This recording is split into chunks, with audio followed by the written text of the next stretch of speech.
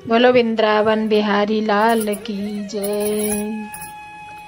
आप सभी सुनने वालों के हृदय कमल में विराजमान परम पिता परमेश्वर को मेरा कोटि कोटि वंदन है, कोटि कोटि नमन है। आज हम जानते हैं व्यास जी के बारे में।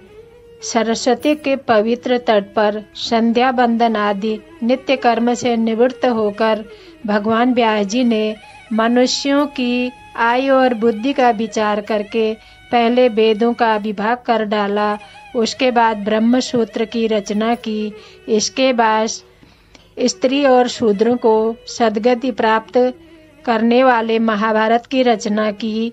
इतना करने पर भी उनके मन को संतोष नहीं हुआ और वो अपने जीवन को धिक्कार रहे थे। तभी वहाँ पे नारद मुनि आ पहुँचे।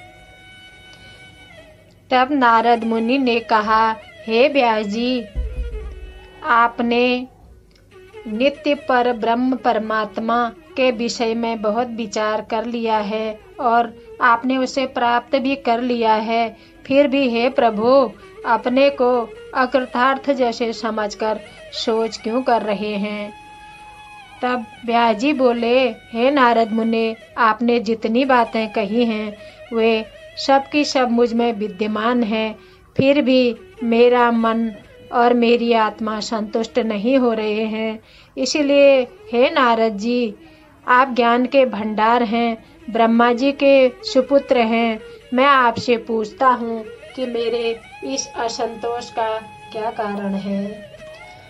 तब नारद जी बोले, हे व्यास जी, आपने भगवान के निर्मल यश का भली भांति वर्णन नहीं किया है, क्योंकि जिस धर्म आदि ज्ञान से वह भगवान खुश न हो, उस ज्ञान को मैं बहुत छोटा समझता हूँ।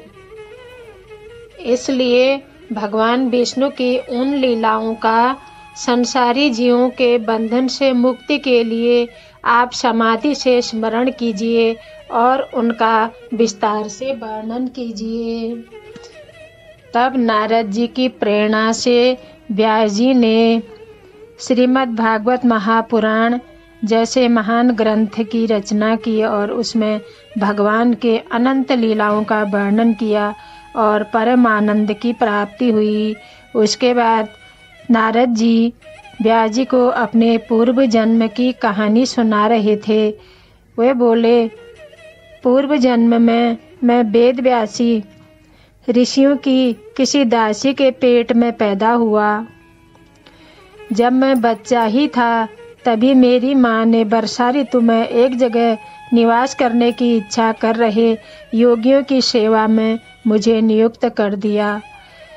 यद्यपि वे मुनि लोग किसी व्यक्ति विशेष के ऊपर अधिक प्रेम दर्शन करने वाले नहीं थे, फिर भी खेल कूद में मनोयोग न देने वाले, सेवा में सदा लगे रहने वाले, अनुकूल बर्ताव रखने वाले और थोड़े बोलने वाले मुझ बालक के ऊपर उन्होंने बड़ी कृपा की।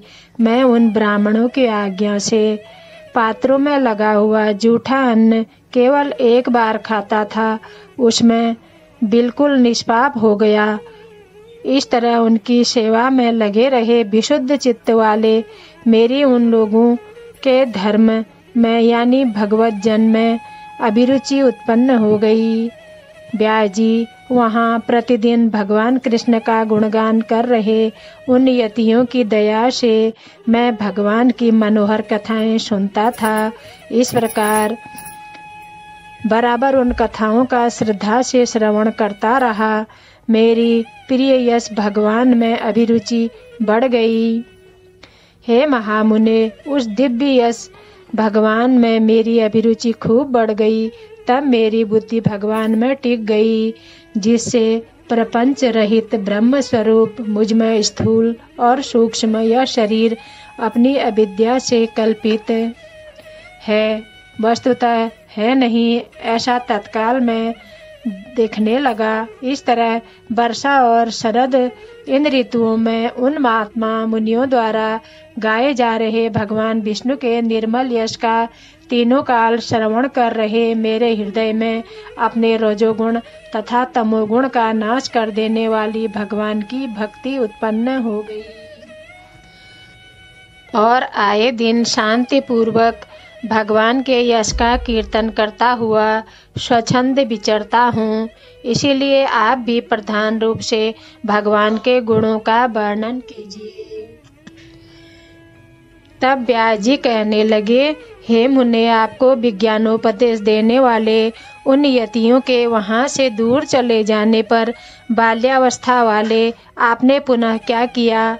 हे ब्रह्मपुत्र नारद मुनि, बचपन के बाद की आयु आपने किस तरह से गवाई? मृत्यु काल आने पर इस दासी पुत्र रूप शरीर का आपने किस तरह त्याग किया? हे देवश्रेष्ठ, आपकी पूर्व काल की स्मृति को एक कल्प के बाद भी काल ने कैसे नष्ट नहीं किया? क्योंकि यह काल सबको नष्ट कर देता है। तब नारद जी बोले, उन ऋषियों के दूर चले जाने के बाद मैंने अपना जीवन किस प्रकार बिताया मैं आपको बताता हूँ। मैं अपनी उस माता का एकमात्र पुत्र था जो एक ज्ञान शून्य दासी थी। क्योंकि मेरा कोई दूसरा आधार नहीं था, इसलिए मुझ पुत्र पर वह बड़ा स्नेह करती थी। यद्यपि वह मेरे योगक्षेम की अर्थात जो चीज़ मेरे पास न थी उसे प्राप्त करने तथा जो चीज़ मेरे पास थी उसकी रक्षा करती थी, फिर भी स्वतंत्र न होने के कारण कुछ करने में समर्थ नहीं हो पाती थी। क्योंकि यह सारा संसार परमात्मा के वश में है।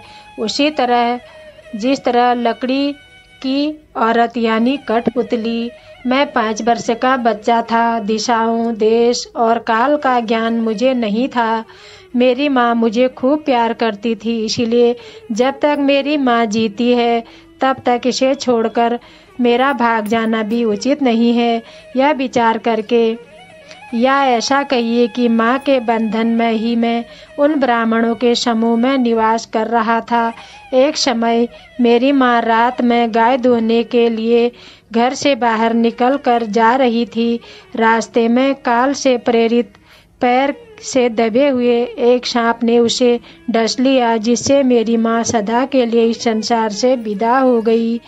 तब मैं उस अपनी माँ की मृत्यु को भक्तों के कल्याण की चाह रखने वाले परमेश्वर की दया समझकर वहाँ से उत्तर दिशा की ओर चल दिया।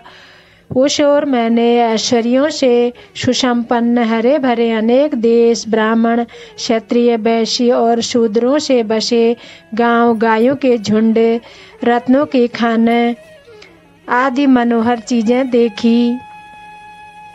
उस समय मेरी इंद्रियां, आत्मा और देह थक गई थी। भूख प्यास से जब मैं बेचैन हो गया तब एक नदी के कुंड में स्नान आचमन करके जल पिया, जिससे मेरी थकावट दूर हो गई। उस निर्जन जंगल में एक पीपल के पेड़ के नीचे बैठकर जैसा सुना था उसके अनुसार अपने हृदय में स्थित परमात्मा का मन से ध्यान करने लगा।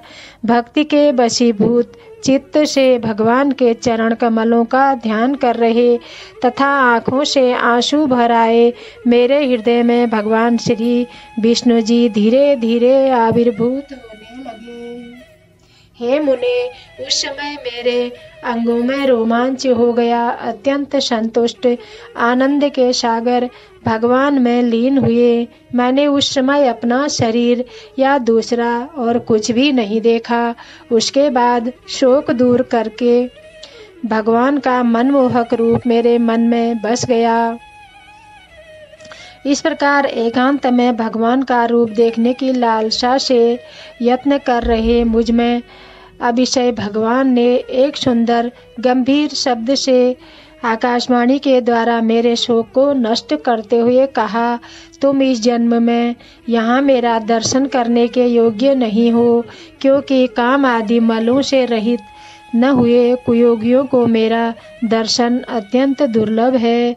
हे पाप शून्य नारद जी, जो केवल एक बार मैंने अपना स्वरूप तुम्हें दिखलाया। इसका सिर्फ इतना ही मतलब था कि तुम्हारी प्रीति मुझ में बनी रहे, कारण कि मेरे दर्शन की कामना रखने वाला साधु पुरुष अपने हृदय की सभी कामनाओं को धीरे धीरे छोड़ देता है, यानी उसके अंतःकरण में और कोई दूसरी चाह नहीं रहती। थोड़े दिन तक सज्जनों की जो तुमने सेवा की है, उसी का यह फल है कि मुझ में तुम्हारी भक्ति जम गई है। इसीलिए इस निंदनीय शरीर को छोड़कर तुम आगे चलकर मेरे सेवक बनोगे। मुझ में अच्छी तरह लगी हुई तुम्हारी यह बुद्धि कभी विपत्ति में न फंसेगी, यानी किसी तरह नष्ट नहीं होगी। संपूर्ण प्रजाओं का संहार हो जाने पर भी मेरी दया से तुम्हारी स्मृति ज्यों की त्यों बनी रहेगी। तात्पर्य यह है कि तुम्हें अपनी पूर्व जन्म की बातें सदा याद रहेंगी।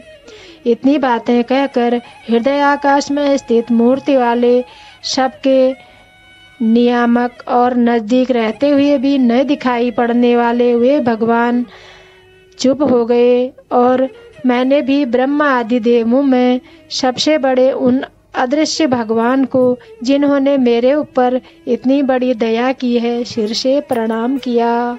इसके बाद लज्जा छोड़कर किसी और दूसरे चीज की कामना न करके, घमंड और दाह से शून्य होकर संतुष्ट मन से अनंत भगवान के नामों का पाठ करता हुआ तथा रहस्यों से भरी हुई कल्याणमयी उनकी करतूतें याद करता हुआ मैं अपनी मृत्यु की प्रतीक्षा करके बहुत दिनों तक इस पृथ्वी पर विचरण करता रहा। हे ब्राह्मण, इस समय आसक्ति से शून्य तथा शुद्ध स्वरूप होकर भगवान श्री कृष्ण में अपनी दृढ़ बुद्धि लगाकर इधर उधर भटक रहे मेरा मृत्युकाल भगवान द्वारा निर्दिष्ट समय पर बिजली के समान अचानक आकर उपस्थित हो गया।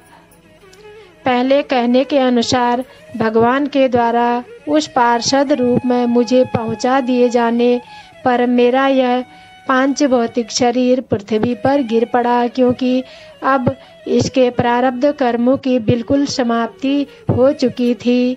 कल्प की समाप्ति के समय इन तीनों लोगों का उपसंहार कर प्रलय काल में समुद्र के जल के भीतर भगवान नारायण के सो जाने पर शयन की इच्छा कर रहे ब्रह्मा जी के पेट में उनके निश्वासों के साथ भी मैं चला गया। 1000 युगों के व्यतीत हो जाने पर पुनः उठकर इस संसार की रचना करने की इच्छा कर रहे ब्रह्मा जी की इंद्रियों से मैं और मरीचि आदि ऋषि उत्पन्न हुए। मैं भगवान महाविष्णु की दया से अखंडित ब्रह्मचर्य व्रत धारण करके तीनों लोक में बाहर भीतर कहीं भी बेरोक टोक घूमता रहता हूँ। स्वरूपी ब्रह्मा से विभूषित अर्थात स्वयं सिद्ध 7 स्वरों से युक्त भगवान द्वारा दी गई इस वीणा को प्रत्येक राग की 21 मूर्छनाओं से युक्त अर्थात बजा करके भगवान हरि की कथाओं का गान करता हुआ मैं विचरता रहता हूँ। संपूर्ण तीर्थों के स्रोत रूपी चरण कमल वाले हुए भगवान प्रेम पूर्वक अपने गुणों का गान करते हुए मुझको आदर पूर्वक बुलाए हुए की भांति शीघ्र आकर हृदय में दर्शन देते हैं। बार बार विषय भोग की इच्छा से आतुर चित्त वाले प्राणियों के लिए भगवान के चरित्रों का यह प्रतिक्षण कीर्तन ही भवसागर से पार लगाने वाली नौका देखी गई है। काम लोभ रूपी दुश्मनों से बार बार पीड़ित हुआ मन भगवान मुकुंद की सेवा से जिस तरह शीघ्र उपशांत हो जाता है, उस तरह यम नियम आदि योग मार्गों से नहीं हो पाता। हे पाप शून्य व्यास जी, जो कुछ आपने मुझसे पूछा था वह अपना जन्म कर्म का रहस्य सब कुछ मैंने आपको सुना दिया, जिससे आपके चित्त को खूब शांति मिलेगी। बोलो वृंदावन बिहारी लाल की जय। भगवान के चरण कमलों में हम सभी की भक्ति बनी रहे, इसी शुभकामना के साथ ये प्रसंग संपूर्ण करती हूँ।